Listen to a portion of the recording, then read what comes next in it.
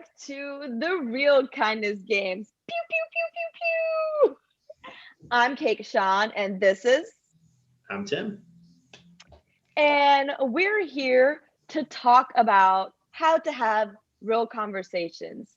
The Real Kindness Game sheds light on our personal biases and it encourages kindness by modeling curiosity in conversation so that we can appreciate another human for their unique perspective and experiences to heal our communities. As humans, we have much more in common than we do that divides us, as long as we're okay with it. What do you think, Tim? I agree. And I think we should start off with like where we've been. We did our announcement talking about why we're doing the Real Kindness Games. We talked about the big miss, how our idea of right sometimes leads to wronging others. We talked about the dangerous ideal of tolerance. It's a tool, but nowadays people are like, we should all aspire to be tolerant. And actually, we can't be friends if we just tolerate each other. So that's a terrible idea. And we talk about how to get past that. And today we're talking about another thing. Actually, we have I think we have like three more foundational videos that we're going to lay the foundations of like the problematic topics of today before we actually get into. So how do we have these real Yeah, kind conversations? So I'm excited. I'm stoked. I'm stoked. Let's do it. So hey, Kekashan, I'm changing my career right now. Announcement to the world. Whoa. You're gonna do this on live TV? Like, Oh, that would be all cool if you're right, on TV. let's do this. Let's do this, Tim. All What's right. the new career? I'm starting up a kindness NGO. Oh my God, that sounds amazing. Yeah, yeah, it's going to Yeah. be freaking awesome. So what we're going to do is we're basically going to try to replace like UNICEF because they waste a ton of money. We're going to replace like all these organizations, and we're just going to be kind to people and do things and spread ideas and services that are actually kind, that lift people up. But to do so, we just need to eliminate a lot of the competition. Also, I need to talk with you about like maybe some lifestyle choices that you've made that maybe won't be in keeping with what we're doing here at, the Real Kindness UNICEF or whatever we're going to call ourselves. And we're just going to have to get on board with the brand and the comms and the name. But But will you be my chief of staff? Like, I need you in this. I was so excited. I was so excited, Tim. I'm still excited. And but just to support the kindness games does not mean that we have to eliminate everything that is good in our lives. It's not about this or that. It's not just a zero sum game, Tim. I can still be myself and still spread kindness. Yeah, but we're gonna do it in a better way. And if you join forces with me, like we're just gonna into the stratosphere. We're gonna be awesome, and we're gonna do so much better. But it's gonna mean just like making some hard decisions and cutting things out and just getting aligned, completely aligned. Alignment does not mean that you shed your authentic personality, Tim. Come on. We have more choices in life. What you're talking about is a false choice. Just because you hand me a tray of choices does not mean those are the only choices I get to make. But I Come on, thought we Tim. were friends and partners in crime. Like you're not gonna support me on this? We are friends and I will support you, but I will support you in a way that is kind. We can't go and eliminate like all these different organizations. It's meant to be, remember, Tim, it's all about partnership, and it's going beyond that tolerance. It's going back to our basics and understanding how we as human beings can make choices that are appropriate for us, that are also supportive of our colleagues and our friends. Well, that's an interesting perspective, but I don't know if we can still be friends. And that's sadly the way the world's going right now, isn't it?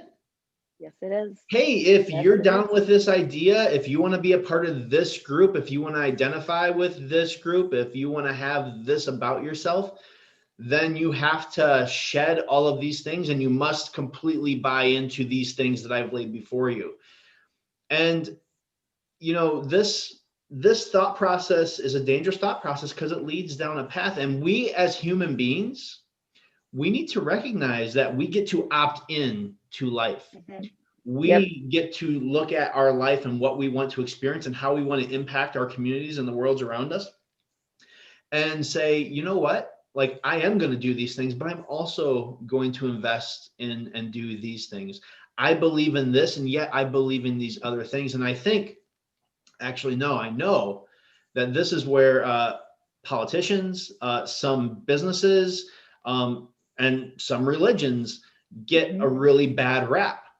If you are this, then you must, no exceptions. And Yep.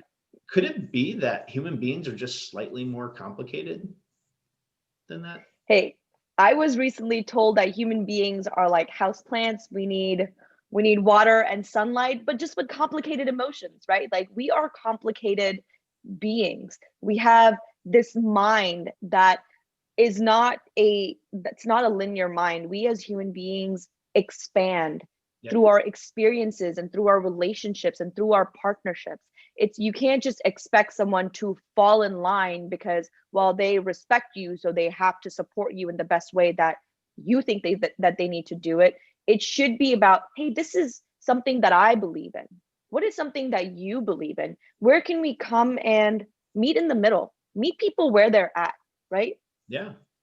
Well, and so, this false choices, I think dichotomy of choices is another word for it. This is really a control mechanism, right? And so, if a group, if a person, if an organization is saying, hey, if you're in, then all of this must follow, Mhm. that is an attempt to control you. But these are not all bad. Alcoholics Anonymous, they say, hey, if you're going to walk this path, this 12-step path, then you need to do these things and you cannot do these things. And Right. some of the things you need to do, super uncomfortable, very difficult. And some of the things you cannot do, also very difficult. But they are instituting a set of control mechanisms, Mhm. false choices that you opt into because you've had an out of control life and you're looking to bring it into control. So Yep. and religions should be this way as well, right? They provide a structure to bring your life into control that you opt into, but Mhm. don't force upon other people. And so this is where we need to understand that we get to opt into life, that we get to Yep. choose how we participate. And you know what? We're complicated people. I mean, I can believe one set of beliefs and still see good on the other side that I want to participate in. What do you think? No, I think you hit the nail on the head, right? Like it's all about our choices. We have to be the ones to make the choice about the decisions that we are making in our lives. And that does not mean that just because someone does not agree with you, that they are disagreeing with you. They Yeah. are just agreeing to their own choices, and you have to really respect that. This is kind of the basis of curious conversations, right? And this is So kind of important. what we've been drumming on. It's all about understanding and building that awareness. Yep. Once you have an awareness of what someone's like, why someone made that choice and why they are living a specific life, it's now the next step that you have to take is acceptance, right? Like instead of saying, well, you don't believe in my belief, well, we can't be friends, we can't be colleagues. No, it's about, I'm so glad you have this belief system, let me support you through this and you support me through this and we move along together, like Tim and I have been doing, even Yeah. though he hates Max. Yeah. Macs suck. PCs are the way to go. Hey, another Okay, it's thing is okay, Tim, though, we'll reform you. like Kekashan, you're possibly like one of the most perfect people in the world. I'm just throwing it out there. But are you conflicted ever? Like, do you have like parts of your life that actually don't go together, but you still want to have both of them? Frequently, I am frequently conflicted, and I So think it's not just me. are you evil? No, confliction does not mean you're evil. It's a point of growth, right? Like the only way that you can go from one phase of your life through the next phase of your life is through a growth process. Even a butterfly starts as a caterpillar, right? Like we all have to morph through our lives and understand that conflict, and the conflict within yourself especially, it's a good thing. It's a good thing to have. Yeah. Question everything, question your life choices, question the choices of others, but be respectful about it. And you know what? Hey, can I have the NPR moment now, or do you want to have Yes, it? please. Yes. Do it. Okay. Hey, you know what? We are not fully perfected, fully evolved, fully perfect people. In fact, life is a journey. And if we do not allow ourselves the freedom to hold opinions and challenge opinions and form new opinions and learn about all the facets of our complicated world and learn about all the facets of these beautiful, complicated people around us, and maybe change our minds and maybe not.